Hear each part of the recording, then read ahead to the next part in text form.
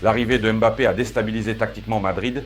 Dans les grands matchs de cette saison, l'équipe joue faiblement et c'est un problème sérieux. Quand Mbappé parle de jeu d'équipe, je ne le crois pas. Si c'était vrai, Vinicius Junior montrerait des résultats complètement différents depuis le début de la saison. La défaite contre Arsenal en Ligue des Champions sur le score de 0-3 a déclenché une avalanche de critiques envers les dirigeants de Madrid. Dans cette vidéo, nous allons analyser exactement en quoi Mbappé est fautif. Vous vous en doutez sûrement. Qu'est-ce qui a sérieusement changé à Madrid cette saison? Tony va nous l'expliquer, ainsi que le possible départ de Carlo. Qui à sa place? Une autre option intéressante est apparue. Mettez un like à cette vidéo et abonnez-vous à la chaîne. Et nous commençons déjà. Je ne pense pas que 3 buts seront suffisants. Avec des attaquants comme les leurs, ils peuvent très bien marquer 3 buts à domicile contre Arsenal. Si c'était en septembre ou octobre, j'aurais dit que c'est fini, la série est terminée. Mais à cette période de l'année en play-off, ils trouvent toujours quelque chose de plus en eux. Le retour de Madrid après une lourde défaite n'est même pas exclu par l'ancien défenseur de l'équipe nationale d'Angleterre. Sans parler des fans de notre club qui se préparent déjà activement pour le match décisif.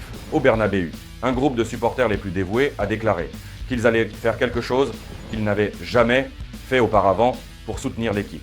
Et la réaction des autres supporters sur le réseau est apparue très rapidement. Qu'est-ce qu'ils nous préparent? Je ne peux pas attendre la semaine prochaine.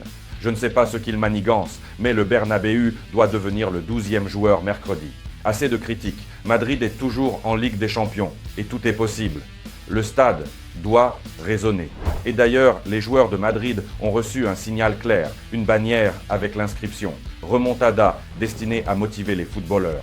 Il a été spécialement accroché à l'entrée même pour que chaque joueur qui entre sur la base voit cet appel.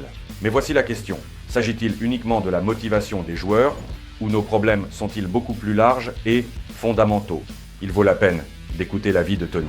Après le deuxième but, tout était fini. C'était étrange. D'habitude, quand Madrid est mené au score, tu ressens toujours « maintenant, ils vont marquer ». Même si ce n'est que pour 5 minutes, ils trouvaient toujours un moment. J'attendais ce moment, mais à la place, le langage corporel disait « pourvu qu'il n'y ait pas un quatrième ». Cela n'était jamais arrivé auparavant.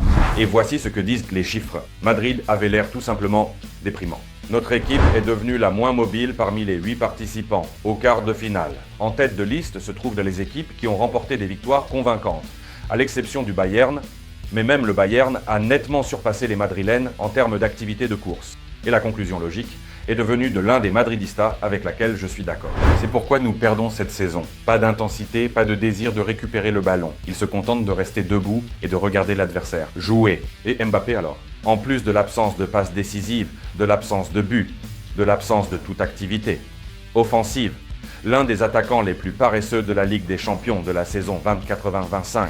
En moyenne, il court, imaginez, seulement 8 km par match. Et c'est moins que la plupart des attaquants de ce niveau. Contre Arsenal, Mbappé a été complètement absent des actions défensives. Il a 0 action défensive. 0. Pouvez-vous imaginer cela? En même temps, une information a émergé dans la presse espagnole, où, selon une source, Carlo pense que les joueurs de Madrid ne suivent pas ses instructions et stratégies d'avant-match, et que plusieurs joueurs clés ne sont soit pas capables de comprendre les consignes tactiques, soit refusent simplement d'agir comme il l'exige. Alors mes amis, qu'est-ce que cela nous donne? Les joueurs sont-ils responsables de ne pas suivre les consignes tactiques de Carlo ou est-ce le staff technique qui est responsable car il ne parvient pas à motiver les joueurs et à les préparer fonctionnellement à un niveau adéquat? Ou bien est-ce la stratégie globale du club qui est en cause, notamment Florentino Pérez, qui n'a pas recruté les joueurs nécessaires cette saison pour atteindre de grands objectifs? C'est un très grand dilemme et j'espère que vous donnerez votre avis dans les commentaires, que vous donnerez une réponse et que nous discuterons de qui est vraiment responsable. Il est déjà connu qu'après la défaite à Londres, Carlo a eu une conversation personnelle, une discussion privée avec le président du club, Florentino Pérez. Et les journalistes affirment qu'aucune décision n'a encore été prise concernant l'avenir d'Ancelotti. Mais nous comprenons en même temps qu'il y a tellement de problèmes accumulés que le départ de Carlo semble être une affaire réglée. Selon les informations de Relevo, la direction du club envisage depuis plusieurs mois de changer d'entraîneur principal. Et le principal candidat, bien sûr, est Xabi Alonso. Et si la situation ne change pas dans un avenir proche, ce changement de poste d'entraîneur principal aura lieu. Qu'est-ce qui peut sauver Carlo? Seules de grandes victoires. La Ligue des Champions, la Liga, la Coupe du Roi. Nous sommes encore dans 3 tournois cette saison. Et chaque tournoi, en théorie, nous pouvons bien sûr encore le gagner. Mais avez-vous la confiance, après la défaite contre Arsenal, que Madrid est capable de gagner dans les 3 tournois, ou au moins dans certains d'entre eux, écrivez dans les commentaires. En même temps, des informations circulent déjà sur Internet selon lesquelles Xabi Alonso pourrait prendre la tête de Madrid même avant la Coupe du Monde des clubs, qui se tiendra en juin, aux États-Unis.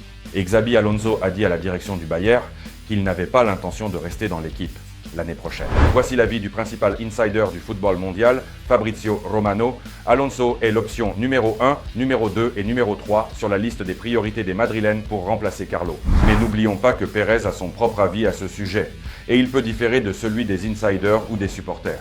Et selon les journalistes espagnols, c'est justement Zidane qui, selon le président de Madrid, devient le principal candidat pour diriger Madrid la saison prochaine en cas de licenciement de Carlo. En gros, les 2 prochains mois seront très intéressants. Nous nous battons pour 3 trophées. Et la position de Carlo est très instable. Pour ne pas manquer les dernières nouvelles concernant notre club, je recommande de télécharger l'application pour les supporters de Madrid. Vous trouverez le lien dans la description de cette vidéo. Toutes les dernières nouvelles, très pratiques, compactes, vous ne manquerez rien. Une autre nouvelle nous vient du Brésil. Là-bas, l'entraîneur principal de l'équipe nationale, Dorival Junior, a été licencié.